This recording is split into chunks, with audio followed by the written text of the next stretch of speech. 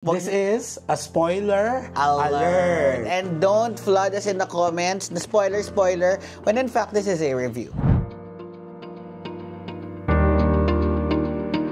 Okay, we're here with some of the subscribers. Bakit parang wala may bangas ka na sinimulan na kumat-amayos ayos ka. Ano yan? Sorry naman. Alam mo, nakakatakot din magkomento in public eh. Sa likuran mo may 18. Charot. And welcome to Bad Summer TV, as in where we will be reviewing one of the latest films in the Metro Manila Film Festival, which is And the Breadwinner Is. Directed by none other than award-winning director June Lana, and of course, starring the phenomenal Uncavogable Meme Vice. Actually, we would also like to be honest, as you know, our channel is a SB19 centric film. This is one of our first films talaga na pinuntahan, but we still wish na makapanood pa ng ibang Metro Manila films. But of course, bilang SB19 song ang ginamit dito, which is the also very phenomenal Mapa. So it's timeless, it's a classic. It definitely got out. It definitely got us hooked up sa film. And of course, isa rin sa malaking factor is si Meme Vice, kasi ako personally as a gay person, I look up to Meme Vice a lot. Like yung pinagdaanan niya sa showbiz, I personally admire that. Plus yung support niya sa LGBT industry. Ako, gusto ko lang sabihin na whether you like her or don't like her, we cannot really, we really cannot deny that napakalaki ng impact ng isang Vice ganda sa Pilipinas. True. Hindi lang sa entertainment industry. Nagbukas siya ng napakaraming pinto para sa mga miyembro ng LGBTQ community. Mas matanggap tayo sa industriya ng pelikula, ng telebisyon, at sa iba't iba pang multimedia platform. So, in Mad Summer TV, we will employ a rating system consistent to the theme of the film. One bread means burnt toast, it missed opportunities and weak storytelling. 2 out of 5 breads, somewhat stale. 3 out of 5 breads, good but a bit undercooked. 4 out of 5 breads, a hearty loaf with minor flaws but still highly satisfying. And 5 out of 5 breads is a perfect loaf, a cinematic masterpiece. My first question to you, Blake, do you like the film? I did. I actually really like the film kasi it's not common.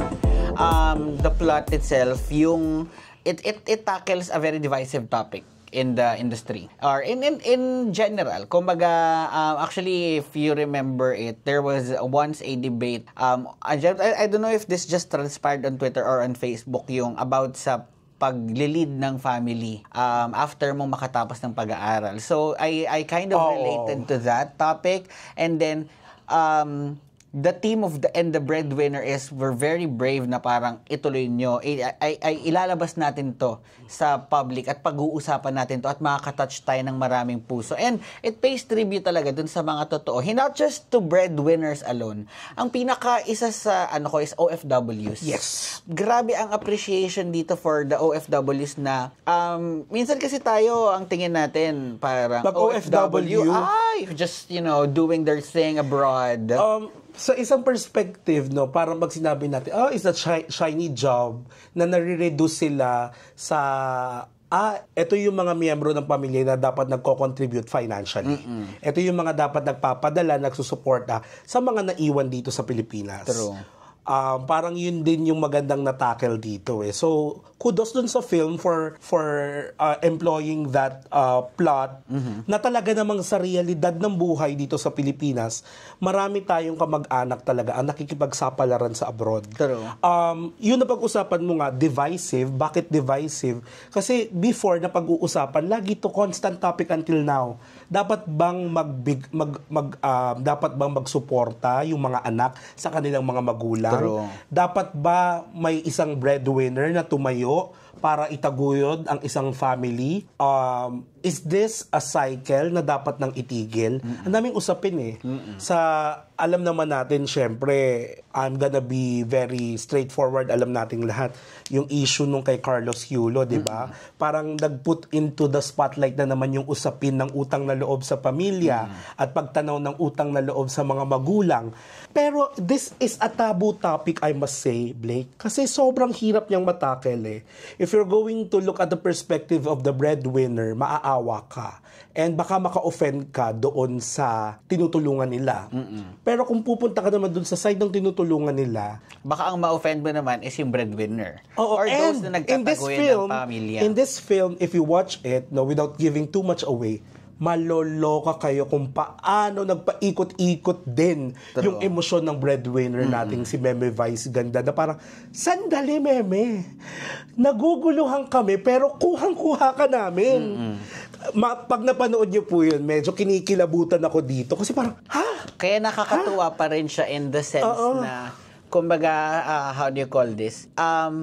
It brought out, this is not your typical Vice Ganda film. Kumbaga, yes, the comedy was there. It was still there. There were especially elements nga nung mga, anong pangalan nitong, yung previous films niya, Private Benjamin. May mga elements pa rin ng ganun eh. But this is a more serious twist. Even yung mga joke niya ngayon, hindi siya just a joke. Yung pahaging niya kay Eugene Domingo, alam mong joke yon for Eugene Domingo. But for other people, malutong yung binibitawan niyang linya. You know that this is not the typical na patawa lang. Alam mong may gusto siyang iparating na mensahe, hindi lang sa karakter na kausap niya, kung hindi dun sa manonood. Nakakaloka to eh. Kasi alam mo, sa totoo lang, hindi lang about dun sa familial relationship and familial entitlement yung natakel dun sa mga jokes ni Vice Ganda. Natakel dito yung usapin ng ano ba talaga yung dynamics ng isang Filipino family.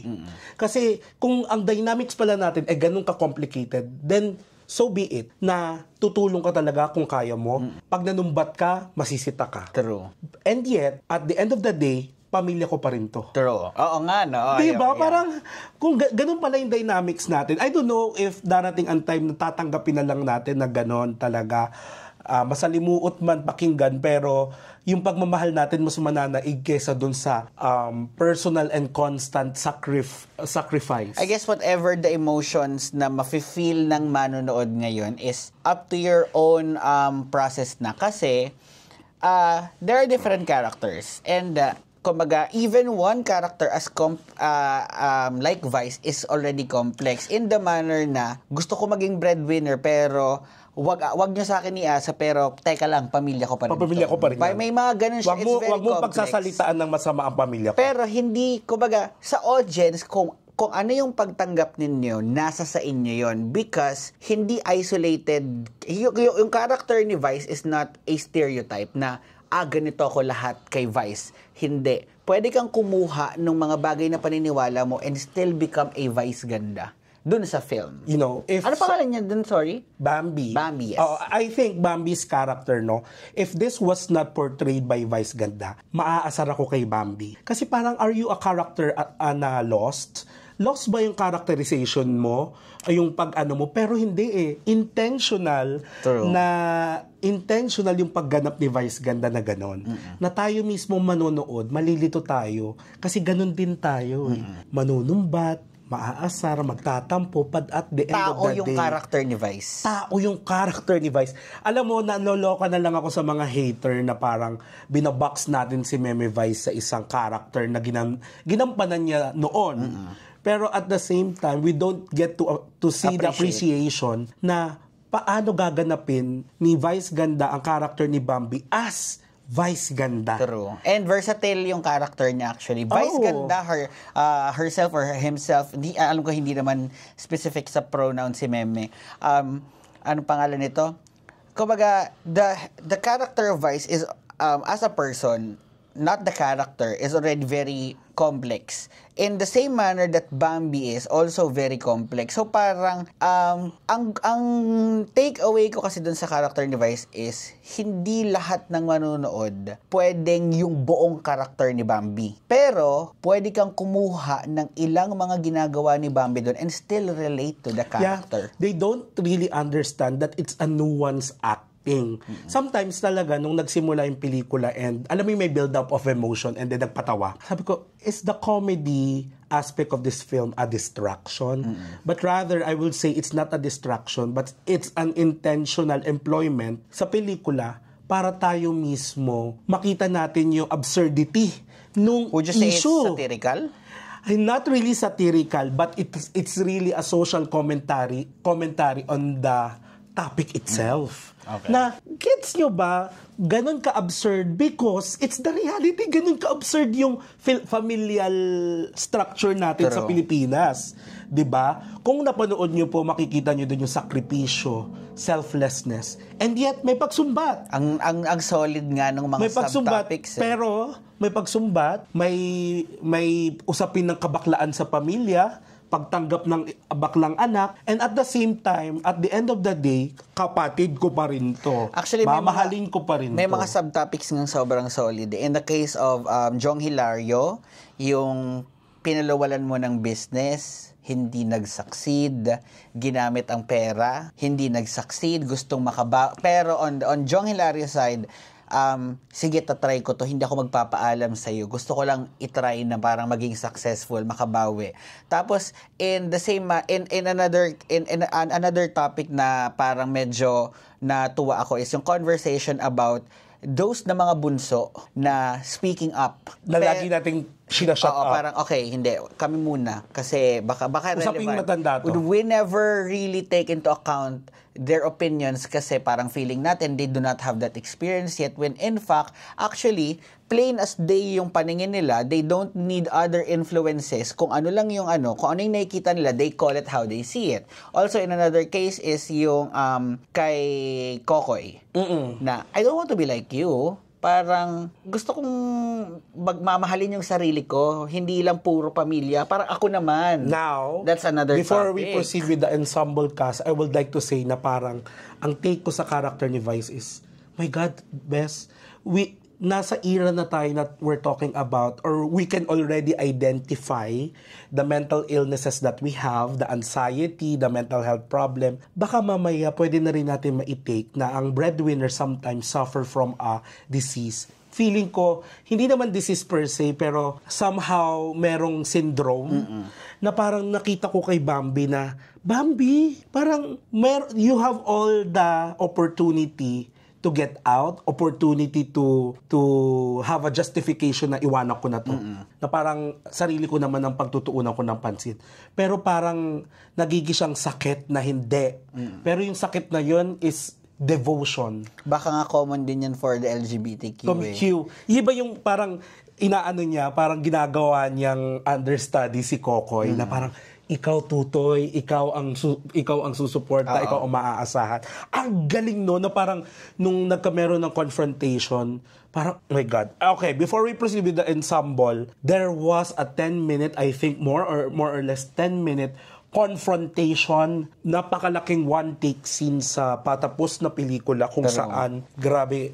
Ako alone, if we're talking about that already, I would say that scene alone is an award-winning moment. Which I think, feeling ko lang yun yung pinagmulan ng special jury citation. Kasi, for those who have watched the film, sobrang solid ng emotions doon, sobrang solid ng batuhan ng mga linya doon, to the point na parang, oo nga, hindi mag-agree ka dito, oo nga. Sandali. Pero nung nag-outpour si Vice ng emotions niya, parang, alam mo yon, it's really a pot, or tawag dito, pitchel talaga na napuno. Talagang sumabog at dire-diretso siya. Sobrang commendable pa ng acting niya. No, she did not falter. grabe yung galing niya doon. Plus, yung mga topic na nilalabas niya, true to the fact. True to the character, true to Bambi's outlook. So yun. Ang galing na isabuhay niya si Bambi doon at yung kanyang bottled up emotions. I think you're correct na it is really why Vice Ganda had that special jury citation kasi showcase daw doon yung growth ni Vice Ganda as an actor, and of course yung contribution din niya siguro sa history ng MMFF na parang Vice Ganda took a leap of faith talaga to depart from the usual films na ginagawa niya. So sobrang galing doon, no? Parang may evolution siya as an actor. And now, of course, eto I don't know if this is going to be debatable, pero meron kasi akong hinahawakan na mga matitinding eksena sa pelikula na comparable doon sa one-take scene na ito. Unang-una, kung maaalala mo yung sagutan doon sa Tanging Yaman, si John Delgado, Edu Manzano, and of course the iconic Gloria Romero, yung sa Tanging Yaman, MMFF winning film din yan. Nagkameron ng sagutan doon sa Pilipinas si Maricel Soriano, yung wala magbabago, ate, magbabagong taon na, wala magbabago sa pamilyang to, yung ganun ka-iconic.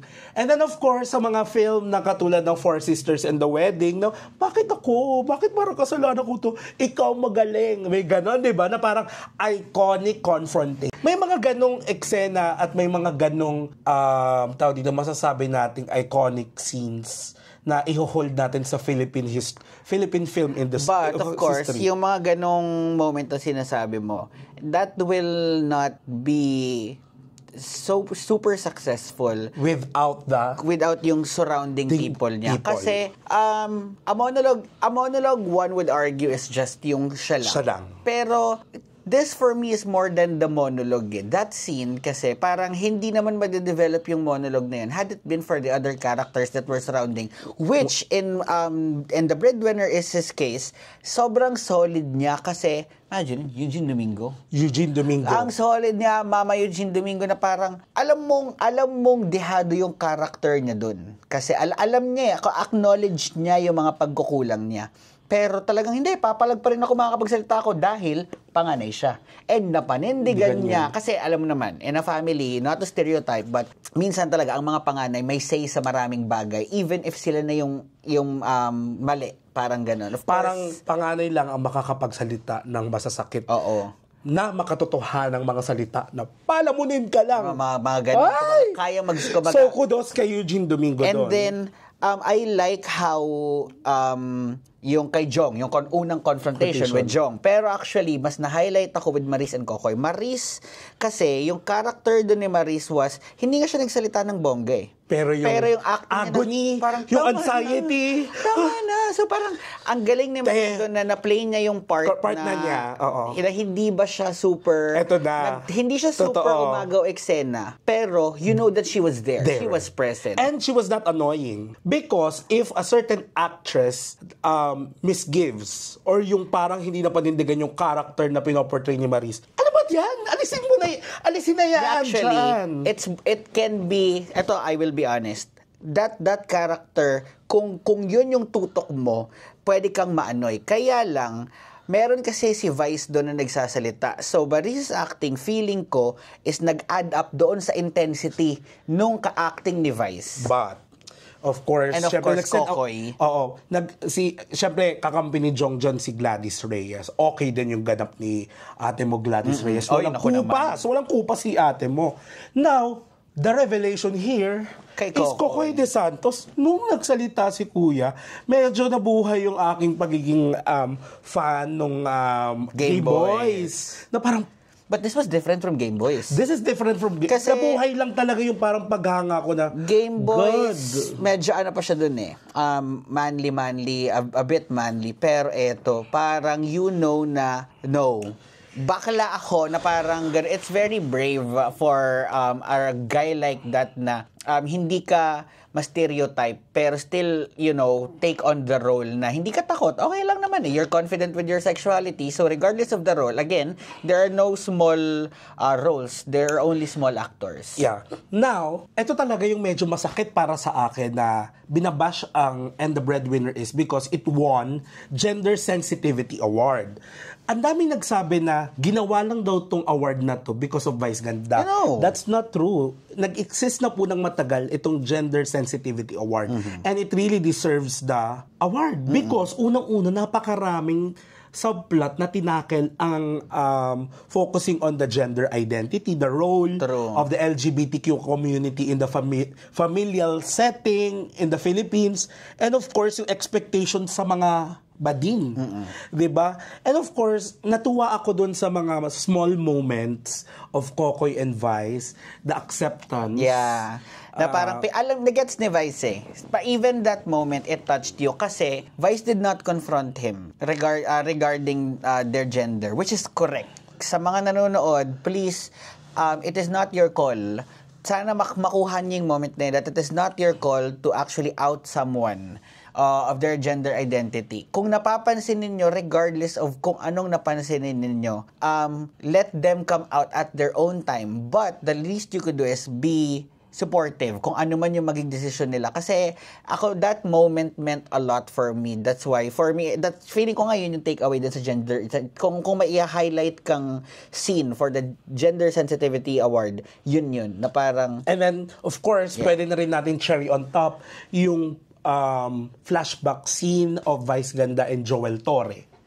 Yung kabog na tinapay, diba? Na parang, oh my God. Actually, well, ako, pwede nga, sabi mo nga cherry on top lang.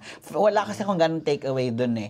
Ang tumunaw kasi talaga ng puso ko yung moment ni Kokoy tsaka ni Vice. Tapos, I don't know if you've watched Kokoy sa mga nanonood, pero Kokoy is definitely one of the best young artists of this generation. He deserves a recognition also.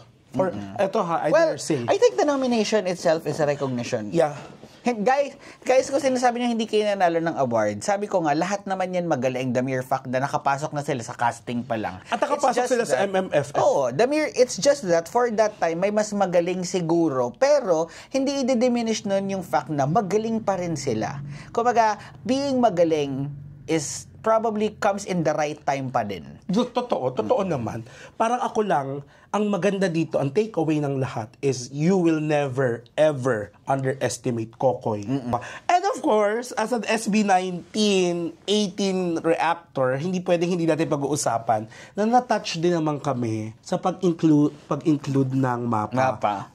If you watch our previous reaction videos and live stream about SB19, we constantly manifest na ang MAPA ay maging isang OSC ng isang malaking pelikula. And thank you kay Vice for actually working with SB19 for this to become, kasi pangarap din naman ng SB19, but of course, they have to really work with them para at least ma-produce yung best possible outcome nung song with regard to the theme of the movie. Ako kasi, yung MAPA, some would think for parents, but actually, hindi siya MAPA like mother-father lang in general eh. Actually, to share with everyone, dun sa podcast natin about MAPA, parang may nagsabi ako na, I might not relate to this song kasi mother-father. And I grew up with my grandmother. And then somebody told me, kasi, sabi niya, makaka-relate ka pa rin kasi guardian. And in this case, parang oo nga no, si Vice Ganda yung tumatayong guardian ng pamilya. Siya yung tumatayong breadwinner, siya yung sumusuporta sa pamilya. So, that could also reflect yung underlying meaning ng kanta na parang, go ako muna sa pamilya. And makikita mo dyan, brilliantly, ang nag-employ ng term na MAPA is yung dalawang chikiting, si Kulot at saka si Argus. Kasi doon mo makikita yung gratitude and yung pasasalamat, yung sincerity sa isang bata. 'Di ba? Pagmahal ka ng pamangkin mo, pagmahal ka ng mga apo mo, ng mga maliliit na chikiting, doon mo mapapalabas yung parang the purest love that exists in a family, na walang ego, na walang pride, na walang outer roughness. doon ipinakita doon na mapa, mama, okay lang ang mama, okay lang ang papa, basta may pagrespeto. Doon pa lang nakuha na ako na, shit, this is, parang we're waiting for the build-up for the song. And you know what, the integration of the song at the latter part of the film, Pahinga talaga. grabe. Parang alam mo yung we're not actually lifting chairs or overpraising SB19's mapa. We have done that before. Pero ang gusto ko i-tackle dito is whether ginamit lang ba ng pelikulang ito ang mapa para lang dun sa let's say so-called clout or popularity ng SB19. I dare say no. Hindi nga complementary or it complemented the film is an understatement kung paano naging parte yung kanta ng mapa dun sa pelikula. Mapa for me kasi gave soul to the film. Kumbaga, the film is already structural on its own. It discussed topics, pero hindi mo kasi maitatanggi na yung mapa. Yung soul nung kanta niya na parang not literally mother and father, pero ikaw yung support system ng pamilya. Yun yung pinaka nagbigay na parang nagigets mo, lalong lumalalim yung pag-digest mo ng movie na parang sobrang naisabuhay niya ng sobra. Oo. And of course, yung lyrics kasi echoes gratitude and guidance. Yung haplos ng pagmamahal, yung haplos ng pag-alalay, 'di ba? At yung pasasalamat, yun talagang gratitude. Yun yung napunan ng mapa doon sa pelikula. Kasi of course, we've seen pagpaparinig, pagsusumbat, confrontation, plot twist. Now mapa is the one who made us feel na at the end of this conflicts, may gratitude. And of course, I guess this is a review. So we still have things na gusto from our perspective, we wish that this would have happened or sana hindi na ginawa. Not necessarily we are correct, but this is just our take on the film. Ako lang, Bes, siguro regarding this is the weakness that we wish could have been improved. Or parang ito po ay common po ito sa Matt Summer TV. Sa lahat ng reaction namin, meron kaming sinasabing ganyan. So, and then, so, ang dami kasing inopen na plot. Maris Anthony, yung kay Uge, actually, yung kay Uge, dalawa nga yung pag-abroad niya. Yeah, at saka yung asawa. Yung sa utang niya. Utang niya. And then, yung kay Jong. Ang daming, yung kay Kokoy, yung pagpapageant niya. Ang daming posible kasing butas na inopen na hindi talaga siya natay even nung death ni Bambi. Hindi siya na justify or hindi siya na isara. At the end of the film. So, parang, minsan, binuksan niyo yung karakter, parang why not give ample closure dun sa mga scenes na yun. True. Yung parang lang there's a lack of resolution of some of the subplot para to give priority dun sa major plot. So yun lang yung nakikita natin na parang sana naisara. Di ba? Yun lang naman. Or kung hindi man naisara, sana hindi na nabuksan. True. Of course, there's a chemistry between Anthony Jennings and Maris Racal. We cannot disregard that, even with the controversies surrounding the love team. But I just the movie would have been perfect, or I mean, the movie would have still been fine kung hindi sila magjowa dun. Totoo. Kahit na hindi mo explore yung love team nila, parang coexisting or co-starring is okay na. Okay na. Hindi na kailangan na though kahit nga sabihin mo yung story, it could have been another way. Parang binawasan na sana yun kasi hindi naman din sinara. Okay. Now, of course, there are scenes wherein we're on the verge of an emotional breakdown, meaning paiyak ka na. Ito lang yung napansin ko. Of course, for comedy, timing is everything. And they hit it. But in the expense of an emotional build-up, diba? Sabi ko nga kanina doon sa nabanggit ko po sa first part of this review, maybe that's the absurdity that they wanted us to feel. So there are ito lang ang gusto kong sabihin doon, that what could have been improved. They could have let go some of the jokes. For the sake na mag-fully realize yung drama na parang nade-deserve dun sa storyang yun para magsara na, no? So would you have opted na pure drama na lang siya? Actually, kasi ang branding naman nila ito is dramedy Oo. Parang para sa akin, ang sa akin lang talaga is, I don't think it would have worked kung it's pure drama din. Parang kasi... Pero lesson pa ang comedy? No, parang there are specific, parang, I'm nitpicking na lang ha. Parang there are specific parang sequences na they could have let go of a comedy. I mean, lesson nga yung comedy. Lesson. Pero without really taking it away. Oo. Kasi as I mentioned, I think maraming akong kasama sa opinion na to na parang nandun na yung luha ko eh. Tapos biglang naudlot. Yeah, I understand. So parang yun lang naman. All of this weakness, as we say, with despite of this, all are forgivable. And of course, wala naman talaga para sa akin pa, kasi ilan pa lang naman napapanood natin na talagang sasabihin natin talagang perfect. Yeah. No, so there are, I hope that you will agree with us na parang these are pointers that are what could have been a better way for us. Yun lang naman. Only. Pero we understand and respect na not everyone sees it the way that we do. Siguro yun lang yung sa amin na parang as an audience, yun yung nilolong namin for a film. Plus ako kay Meme Vice, alam mo, siguro gusto ko siya makita next year. Parang, would it be different kung pure drama lang ang gagawin ni Meme? Yeah.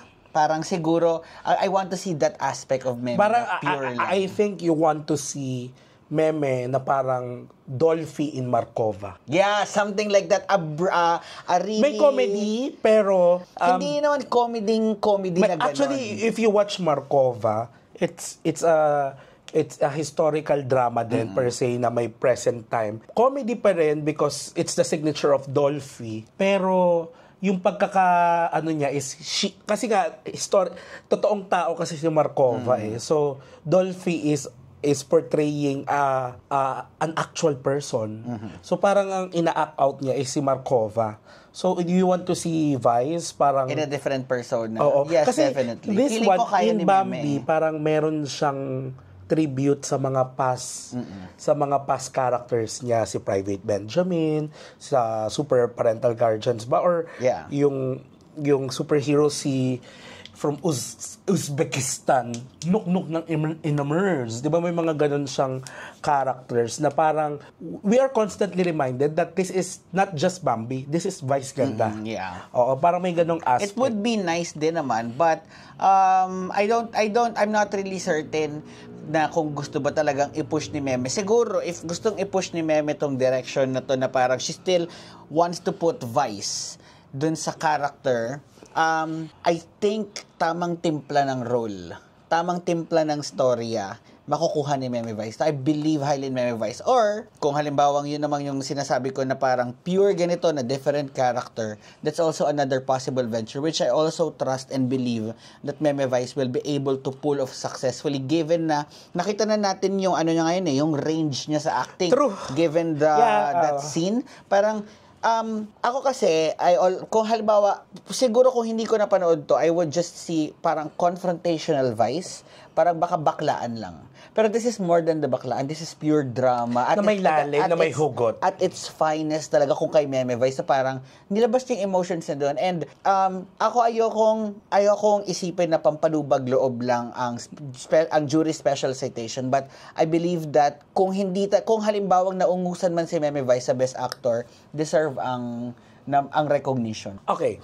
Now, of course, this is not Mad Summer TV without talking about the controversy at hand. First, of course, we're going to address the non-nomination of I think, this is just my humble opinion, I think Eugene Domingo should be considered as the queen of comedy. Parang yun yung paniniwala ko. And her non-nomination for a standout character na ate ni Bambi is a miss doon sa parangal. Pero however, ako, looking back, parang Eugene Domingo is Eugene Domingo with or without the nomination for Best Supporting Actress. Siguro ako, doon lang ako medyo na iba na parang I don't really want na parang porket sila na yun, pwede na natin i-dismiss yung idea ng nomination. Parang ako, hinanap ko talaga siya sa nomination. True. Parang, kasi imagine, it could be easily said. It shouldn't be the argument that she is Eugene Domingo to be nominated. Hindi, ito na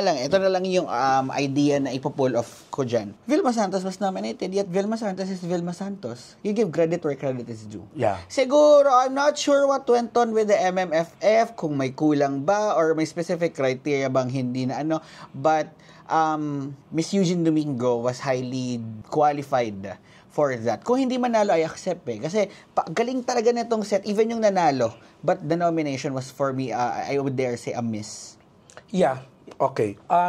There's also, I don't want to dwell on this too long pero of course may controversy na may demolition job sa... Sana hindi totoo. Alam mo, hindi to MMFF if walang kontrobersiya. So whatever controversy surrounding this film, I just hope that it does not take away from the true spirit of the film festival. So of course, this is, before we head to our conclusion and to our verdict, I just want to comment also Sir Jun Lana of the Idea First Company. Idea First, mataas ang respeto ko sa produksyong ito kasi parang sila yung matapang na